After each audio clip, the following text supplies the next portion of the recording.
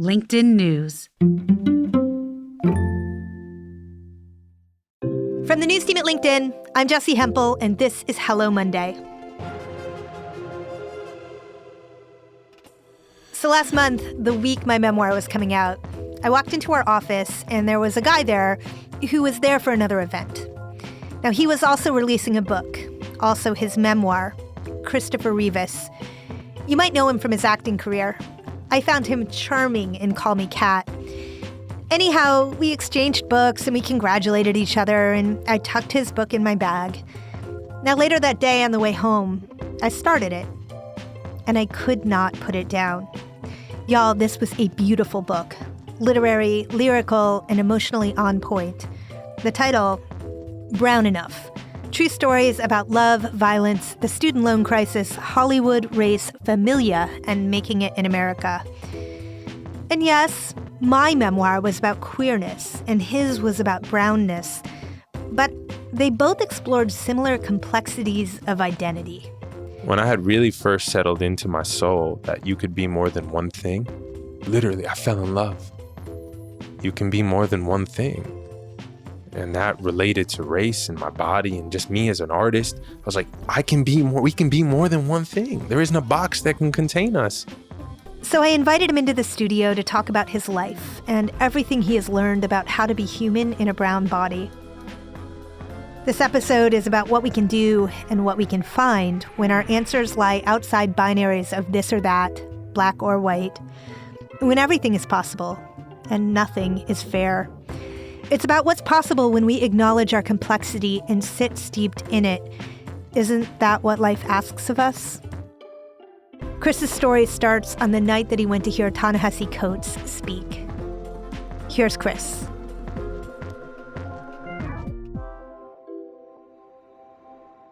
I had no idea who he was, which I feel is a part of the story that I really enjoy because he was a huge writer, our modern day James Baldwin. He's, still is. I think he has the most read article in the history of the internet, A Case for Reparations. And I did not know, it wasn't a part of my life, this idea of race relations in this world and my body in this world. And I went and Ta-Nehisi Coates was doing his thing, talking about race in America and black and white. And this question time came and I was like, I think I'm going to raise my hand. I wish I raised my hand more as a child. I'm proud of my curiosity now as an adult that allows me to ask questions. And I said, in a black-white world, as a Dominican, Colombian, brown kid from Queens, where does that leave me in the conversation? And he said, not in it. And he said it very simply. And he said it very easily. I felt like a child reprimanded because, that was it. It was like, not in it. I didn't have a rebuttal. They took the mic from me. I sat down and my world changed.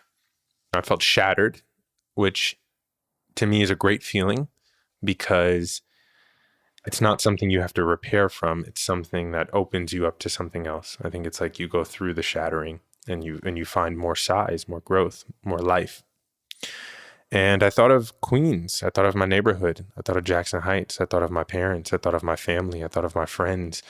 I thought of most of New York, and I said, oh, wait, so there's no brownness in this conversation of race in this black and white world? And that got me to thinking about everything in the middle, what it means to take up space in the middle, and as a Buddhist, the middle is so important. There's more space in the middle than there is everything else. There's no fixed endpoints, but yet we love our yes, no's, our right, wrong, our pass, fail, this, that, she, he. And so what does it look like to live in a more non-binary middle space? And I thought brownness was a beautiful way for me to explore that and my own brownness.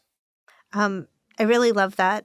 And I think that is what leapt out to me about your book, your ability to hold the both and the and, to speak about the nuance of what it is to be human and to be human in your skin in particular.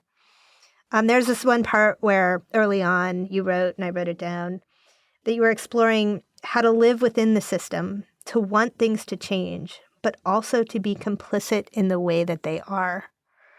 And I wonder if you might talk to me a little bit about what you mean by that.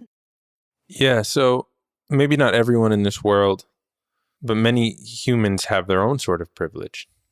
As a brown man, as a lighter skinned brown man, depending on how much sun I get, I have had the privilege to play, dance, and fit in a little bit everywhere. Tie that to my lessons on assimilation when I was a kid, tie that into my acting. Like I could hang out with the Upper East Side yuppies, and I could hang out with my homie in the Bronx, and then go down to Staten Island with my friend Tina, and then kick it in Jackson Heights or in Jamaica, Queens. Like I could sort of do it all, speak all the tongues, I say, not speak all the languages. And so I, at some point in writing this book and in living my life, I believe in radical honesty, radical accountability. How have I been also moving towards whiteness, which means survival, right? Which means getting ahead. And how have I been moving away from blackness? It means looking at my own blood. It means looking at my Dominican and Colombian roots, which have so much anti-blackness in them. Looking at all this and being honest about it and calling it for what it is. And that also goes to things like the climate, right? Like, which I order from Amazon Prime.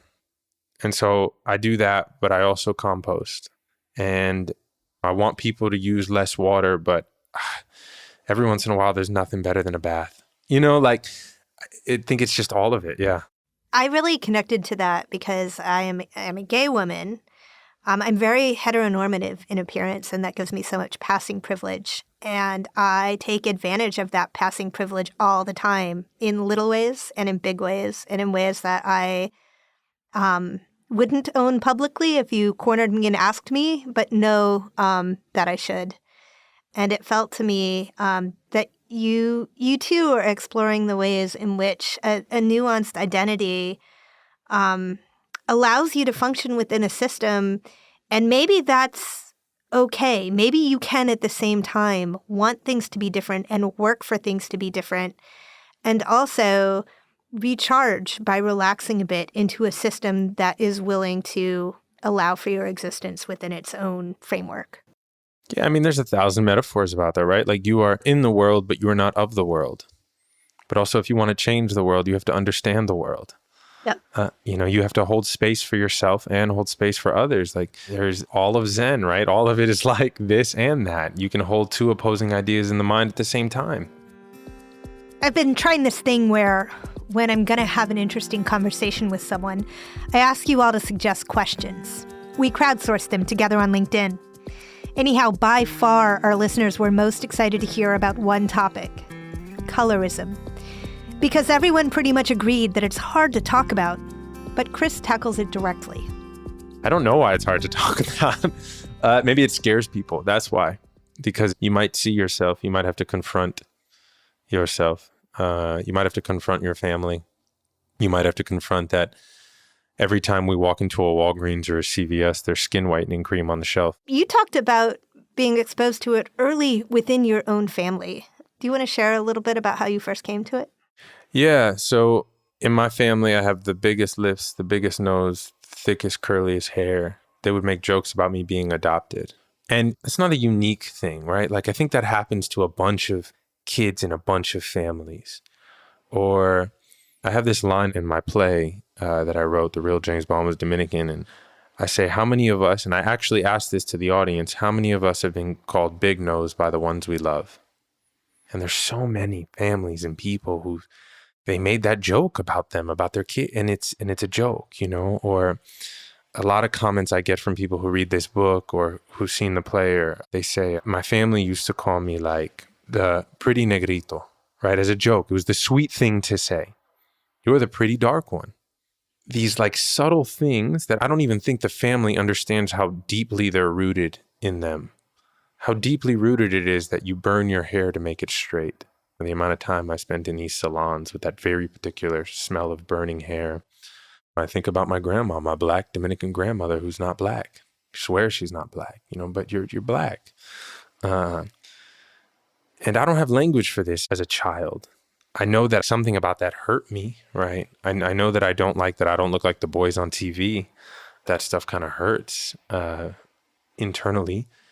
And so this colorism, when you start to wake up to it, you start to see it everywhere. And then you go through the history of time and, whiteness has established itself as a dominant image for so long. And we are all products of that. Every single one of us, including, whiteness. I always quote James Baldwin here, but he says, as soon as we put one person in the cage, we put everyone in the cage, white people too. And no one's free until everyone's free. And I think that's true about colorism. I think that's true about capitalism. I think that's true about all the isms. Right. We're all in them. We're all right. in the cage. We're going to take a quick break here. When we come back, more with Christopher Rivas.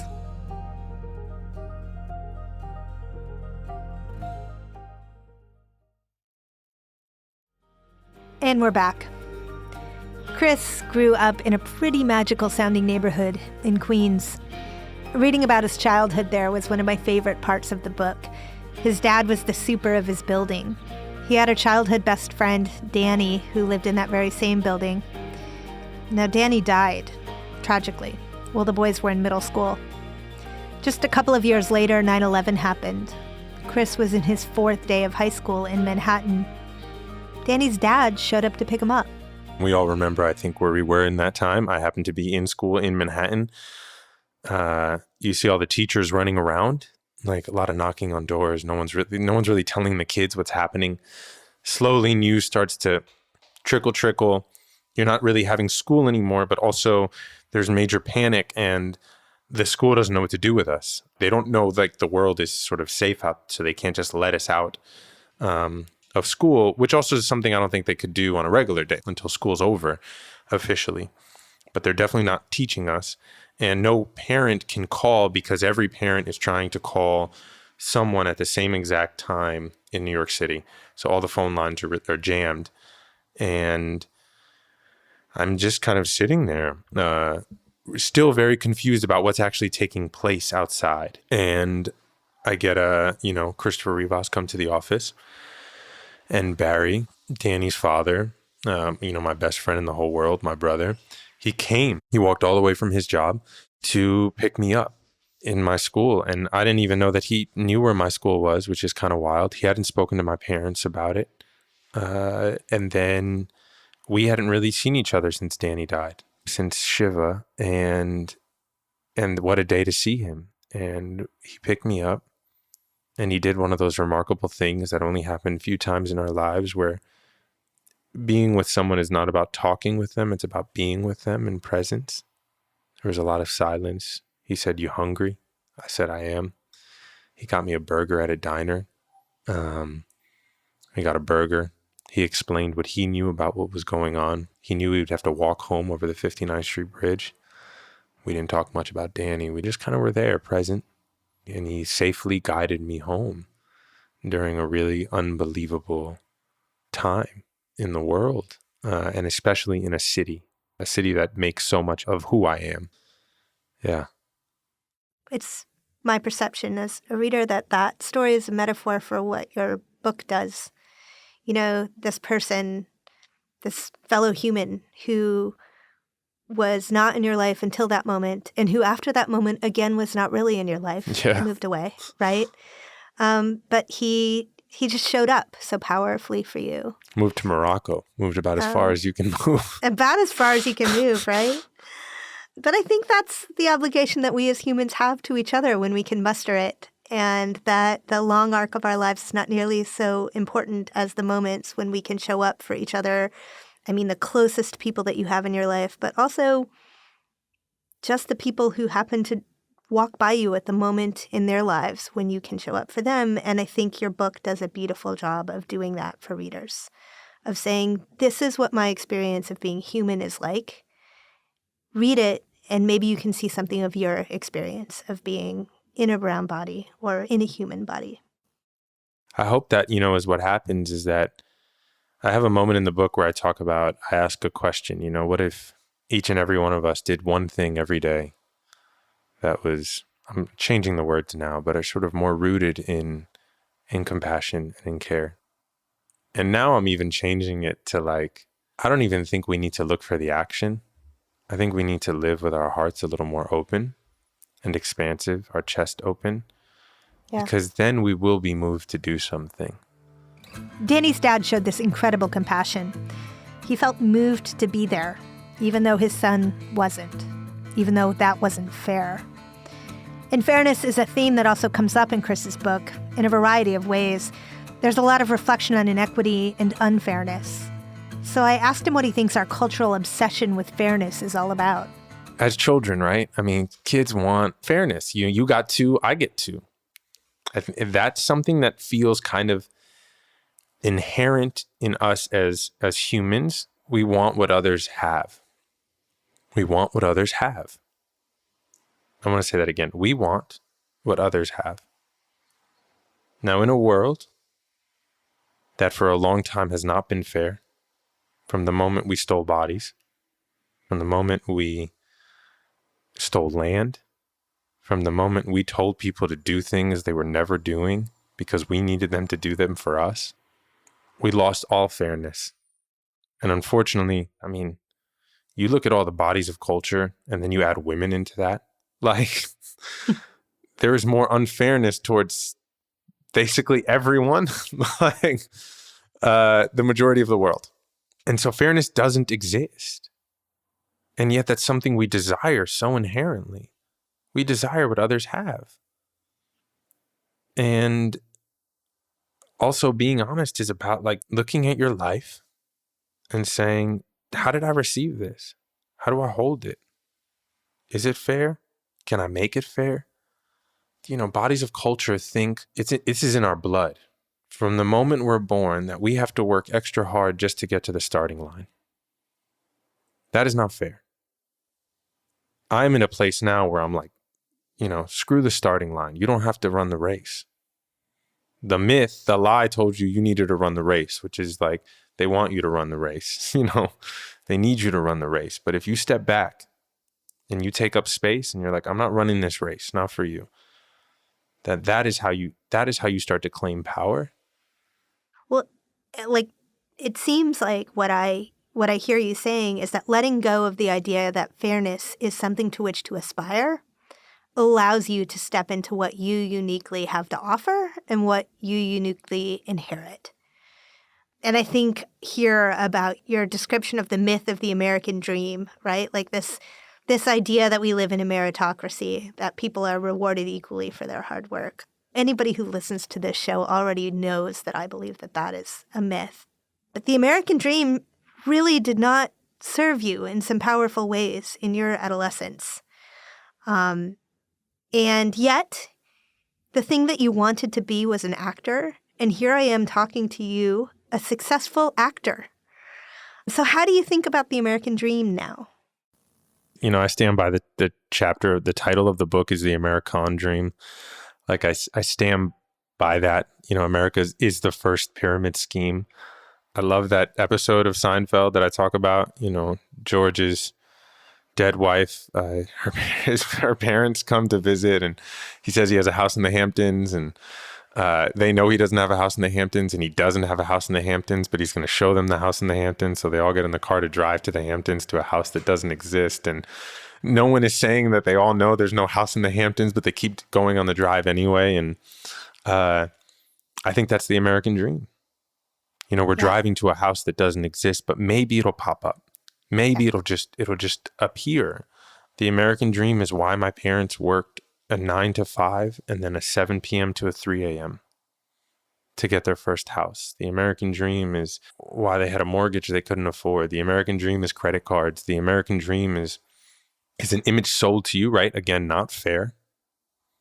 Yeah. It is an image sold by a very particular set of person. But they say you can have this too, but they don't actually serve you in having it. And then you become, especially with student loans, you know, which I think are criminal, you know, asking a young person to absorb astronomical amounts of debt is a crime. And then you're doing it normally into families who don't have much financial education. My parents didn't know much about loans and compounded interest and FAFSA versus public versus private versus Pell versus, and yet they believed in the dream. We all did. My son has to go to college. He's got to be the first to like get that degree. Yes. And so when I go and I get it and I fulfill this dream, then I'm punished. And yes, I did, quote unquote, I don't know if, make it's the word. I don't regret any of my decisions because I'm here with the ability to talk about them. But I know that if a young person asked me if they should go to college today, I would say there's options. Let's talk about it. Like, there's options. Chris, I want to talk about student loan debt directly because you call out the amount of student loan debt you had when you were writing this book. Maybe it's what you still have, $244,000, I believe. Mm-hmm. I remember the number specifically because my wife has $240,000. So now I know of at least one person who has more than her. And it is a crippling mantle that you wear going forward. It impacts the financial decisions we make even now in our life, in our mid-40s. It sounds like it continues to really impact the decisions you make. And there's one part in the book where you say, I'm afraid to have children because of this.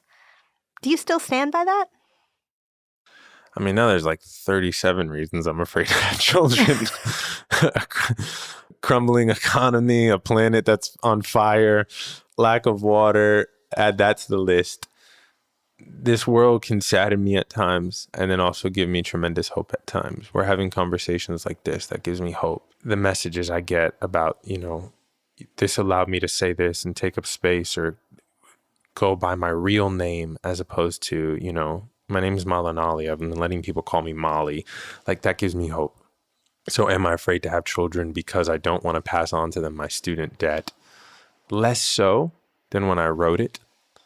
Because now I think, should I be given the opportunity and the mission of having a child, what I am preparing them for is so much bigger than debt.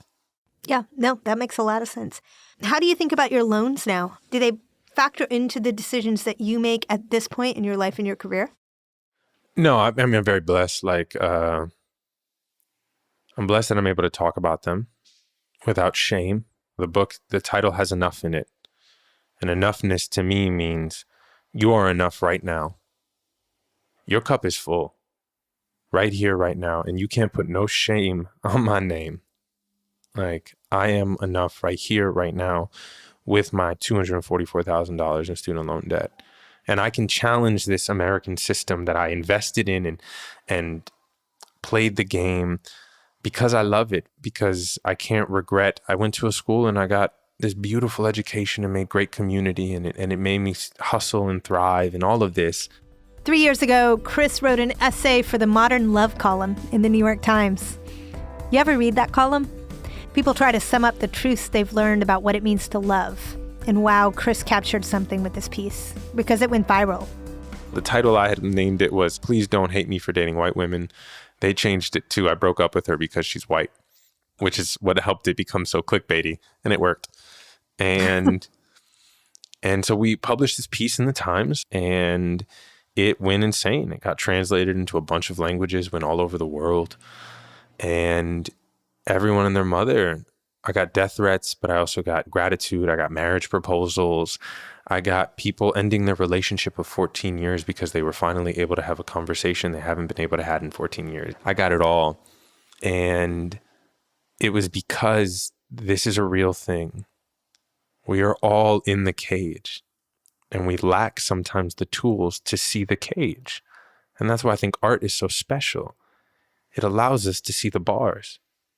It allows us to see also the keys, and that we are both in the cage and outside of the cage, locking ourselves in and setting ourselves free. So that's what this piece did. It really opened so many doors of perception for people, myself included.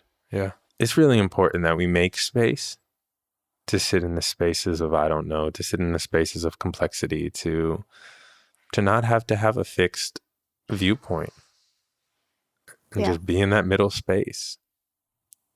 Our job is to keep creating those spaces. That was actor and author Christopher Rivas. Check out his memoir, Brown Enough, wherever books are sold. So this week, I want to talk about some of the themes that came up in the book. Specifically, at office hours, I want to talk about this struggle to feel like you're enough. So come join me on Wednesday afternoon at 3 p.m. Eastern. I will be there, as always, with our producer, Sarah Storm. We'll be on the LinkedIn news page, and if you're having trouble finding us, feel free to email us at hellomonday@linkedin.com, and we'll send you the link. Now, if you like the show, please follow and review it wherever you get your podcasts, and share it with a friend. Thanks so much. Hello Monday is a production of LinkedIn News. Sarah Storm produces our show with mixing by Joe DeGiorgi. Courtney Coop is head of original programming. Dave Pond is head of news production. Michaela Greer and Victoria Taylor welcome us for who we are. Our theme music was composed just for us by the mysterious Breakmaster Cylinder. Dan Roth is the editor-in-chief of LinkedIn. I'm Jessi Hempel. We'll be back next Monday. Thanks for listening. I just got back from the Deep South on these little book tours. And, some 70-year-old woman in Mississippi told me that the book helped her connect to her 8-year-old transgender grandchild. And, not to be totally corny, but that is the only marker of success that gives me any fulfillment or desire to write again. It's not corny. I mean, that's exactly what fills my cup is when you're actually engaging, because the whole reason I make art is I don't actually think art exists without the other person. And so those moments, I am right there with you. They charge the battery.